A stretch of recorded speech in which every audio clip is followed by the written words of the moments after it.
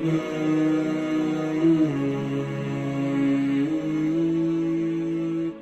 वालेकुम वरहमतुल्लाहि वबरकातुहू। आप देख रहे हैं BOT मीडिया और मैं हूं आपके साथ आपका मेज़बान मोहम्मद बिलाल फारूकी। मुल्क के अंदर जो है वो आम इंतखाबात का जो है तबले जंग बजने वाला है। आवाम अपनी हक़ राय दही का इस्तेमाल शुरू करेगी और कल शाम जो है हम यानी कि अब से 24 घंटे बाद हमारे पास रिज़ल्ट आना शुरू होंगे कि मुल्क के अंदर आवाम ने कहाँ पर किस को अपने लिए अगले 5 साल के लिए उम्मीदवार नामज़द किया और अपना नुमाइंदा चुना है। आइंदा रोज जो इलेक्शन होने वाला है, इलेक्शन के हवाले से तो बहुत सारी वीडियोस भी चली हैं, बहुत सारे लोगों की आरा भी आपने सुनी है, बहुत सारी गुफ्तगू भी हो चुकी है। हम बात करेंगे कुछ कराची शहर के हवाले से लॉलीपॉप्स के ऊपर और कुछ सियासी जमातों के जो मंशूर थे उनके ऊपर। हमारी आवाम जो है वो हमेशा उनको जो है हर इलेक्शन से पहले जो है हर सियासी जमात अपना एक मंशूर वज़ा करती है, लेकिन सियासी जो जमातें होती हैं वो जब अपना मंशूर वज़ा करती हैं तो उनसे कोई सवाल नहीं करता कि यही आपके जो मंशूर थे ये तो हम गुज़िश्ता सालों से जो है बल्कि तकरीबन 40 सालों से जो है वो हम आपके यही लॉलीपॉप जो है वो सुनते आ रहे हैं। हम अगर पीपल्स पार्टी की बात करें तो पीपल्स पार्टी हमेशा जो है रोटी कपड़े और मकान की बात करती है, लेकिन पीपल्स पार्टी ने हुकूमत में आने के बाद आवाम से छत भी छीनी है, आवाम से रोटी भी छीनी है और आवाम से जो है वो आवाम का रोज़गार भी छीना है। अब उसकी ताज़ा मिसाल को अगर हम वाज़े तौर पर देखना चाहें कि लोगों से छतें किस तरह छीनी गई, तो जो कराची के अंदर बैरिया टाउन बनाया गया वो बैरिया टाउन किस तरह के छोटे छोटे गोदों से लोगों को बेदखल करके उनकी ज़मीनों पर कब्जा करके साई ने जो है वो मलिक रियाज साहब के साथ मिलकर जो है कौम को चूना लगाया और लोगों को अपनी छतों से महरूम किया। कहने तक तो ठीक है कि हम रोटी कपड़ा और मकान देंगे, लेकिन बात यह कि लोगों के तन से कपड़े भी उतारे गए, लोगों को जेली पुलिस मुकाबलों में भी मारा गया। और वफाकी हुकूमत में जब पीपल्स पार्टी थी 2008 से 2013 में, तो पीपल्स पार्टी के दौर इक़्तिदार में कराची शहर के अंदर जिस तरह की कत्ल गारत की गई और जिस तरह लोगों को बेदर्दी के साथ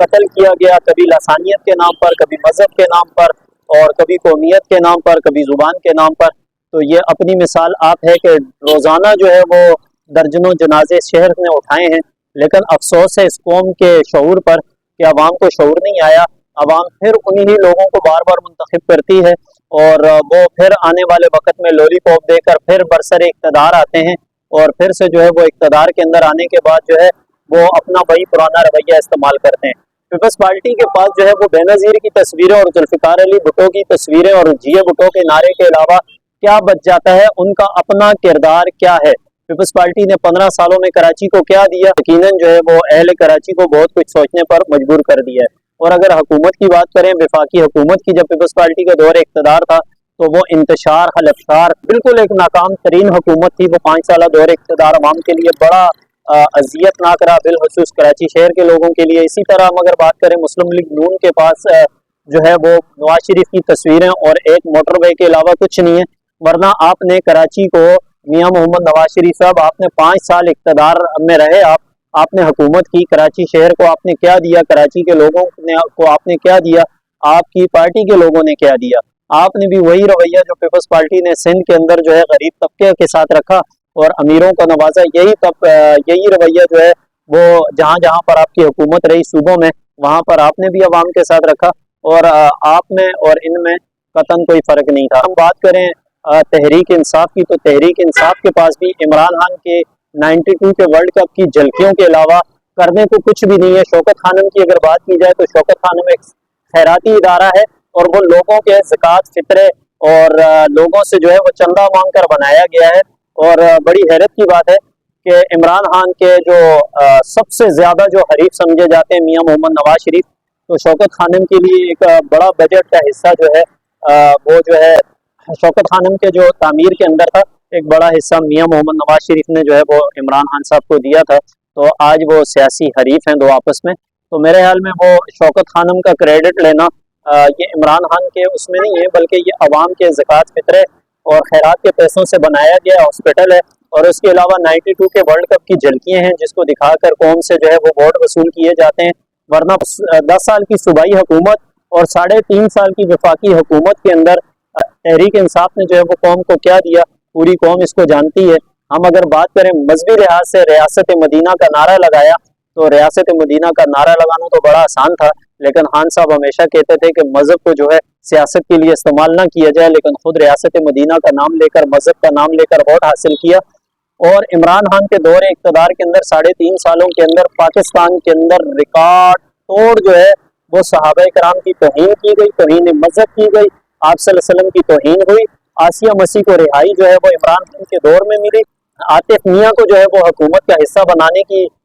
جو ایک کوشش تھی، وہ الحمدللہ اہل سنت عوام کی جانب سے جو ہے اور پاکستان کے محب وطن پاکستانیوں کی جانب سے جو پریشر تھا، اس کی بنیاد پر عاطف میاں کو جو ہے وہ اپنے منصب سے ہٹایا گیا، ورنہ قادیانیت کو ہمارے اوپر مسلط کرنے کی ایک پوری کوشش کی گئی تھی۔ اسی طرح شہزاد اکبر جیسے لوگوں کو، زلفی بخاری اور علی زیدی جیسے لوگوں کو ہمارے اوپر مسلط کیا گیا اس قوم کے اوپر،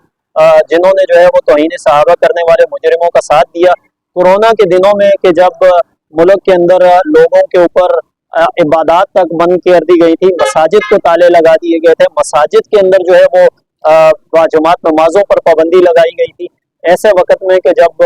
اسپتالوں کے اندر مریضوں کا علاج آزادانہ نہیں ہو سکتا تھا، ایسے وقت کے اندر توہین کرنے والے آصف رضا علوی کو جو ہے وہ تحریک انصاف کے زلفی بخاری، علی زیدی اور فردوس شمیم نقوی جیسے لوگوں کا سہارا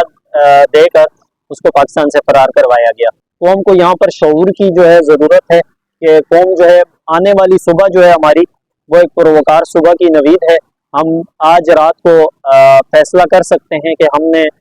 کل ووٹ کس کو دینا ہے۔ کیا ہم یہ سمجھتے ہیں کہ اس ملک کے اندر تبدیلی آنی چاہیے؟ اور یقیناً جو تبدیلی ہم نے اپنے پڑوس کے اندر افغانستان کے اندر مذہبی طبقے کی جانب سے دیکھی ہے، تو میں یہ سمجھتا ہوں کہ پاکستان کے اندر جو ہے وہ ایک اچھی اور مثبت حکومت بھی بن سکتی ہے، اور عوام کو جو ہے عوام کی فلاح و بہبود کے کام بھی ہوں گے، اور عوام کو جو ہے وہ سہولیات بھی میسر آ سکتی ہیں۔ لیکن اس کے لیے عوام کو چاہیے کہ وہ مذہبی طبقے کو جو ہے ووٹ دیں، اور زیادہ سے زیادہ جو ہے وہ مذہبی طبقے کو اقتدار میں لانے کی کوشش کریں۔ اس کی ایک وجہ یہ ہے کہ مذہبی طبقہ جو ہے عموماً آپ نے دیکھا ہوگا کہ مذہبی طبقے کی جانب سے جو لوگ الیکشنز کے اندر اس وقت امیدوار ہیں، وہ تقریباً وہی لوگ ہیں جو جس علاقے کا رہنے والا ہے وہ وہیں پر جو ہے امیدوار ہے۔ لیکن آپ اگر سیاسی جماعتوں کی بات کریں تو امیدوار ڈیفینس میں رہتا ہے، لیکن الیکشن لڑنے کے لیے اس نے بلدیہ ٹاؤن اور لالو کھیت جانا ہے۔ تو میرے خیال میں اس طرح جب آپ امیدوار چنیں گے تو وہ آپ کو صرف 5 سال کے بعد ووٹ مانگنے کے لیے نظر آئیں گے، کہ پیپلز پارٹی جو ہے وہ ووٹوں کے اوپر اور چھوٹی کچی آبادیوں کے اوپر جو ہے وہ زیادہ فوکس رکھتی ہے اپنے ووٹس کے لیے۔ اور اس کی بھی وجہ یہی ہے کہ چونکہ جو انتظامیہ ہے وہ یہ سمجھتی ہے کہ آنے والی سندھ کی حکومت جو ہے وہ پیپلز پارٹی کی ہوگی، اور کراچی کے اندر جس طرح بارش نے جو صورتحال پیدا کی، اس کے بعد اب بھی جو ہے وہ جو سرکاری مشینری ہے وہ کھل کر پیپلز پارٹی کے لیے استعمال ہو رہی ہے، اور جو چھوٹے دیہات ہیں اور جو گوٹس وغیرہ ہیں وہاں پر پیپلز پارٹی چونکہ وڈیرا شاہی سسٹم ہے، تو وہاں کے وڈیرے جو ہے وہ عوام ان کے وڈیروں کے اس کے مرضی کے خلاف ووٹ بھی نہیں دے سکتے، اپنی زندگی کے فیصلے نہیں کر سکتے۔ تو وہاں سے پیپلز پارٹی جیتنے کے بعد جو حکومت بنانے کی کوشش کرتی ہے، اس میں بڑی حد تک کامیاب ہو جاتی ہے۔ ووٹوں کے اندر یہ جو سلسلہ ہے اس کو بھی عوام کو چاہیے کہ وہ اپنے حق کو استعمال کرتے ہوئے جو ہے وہ میدان عمل میں آئیں، اور کسی کے پریشر میں آئے بغیر مذہبی طبقے کو ووٹ دے کر کامیاب کریں، تاکہ آنے والے وقت میں پاکستان ایک پروکار، ایک پرمسرت، ایک پائیدار اور ایک مستحکم پاکستان ہو۔ تو مزید اچھی ویڈیوز کے لیے دیکھتے رہیے گا BOT میڈیا۔